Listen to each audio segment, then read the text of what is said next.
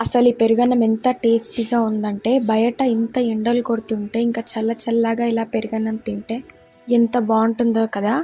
ఇక లేట్ చేయకుండా సింపుల్గా పెరుగన్నం ఎలా చేసుకోవాలో చూసేద్దామా.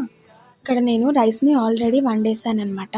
ఇంకా కొంచెం పెద్దగా ఉండే ప్లేట్లోకి వేడివేడి రైస్ని అయితే వేస్తున్నాను చల్లార్చుకోవడానికి. ఇక్కడ రైస్ అంతా వేసిన తర్వాత అందులోకి చిక్కటి పాలనైతే పోస్తున్నాను.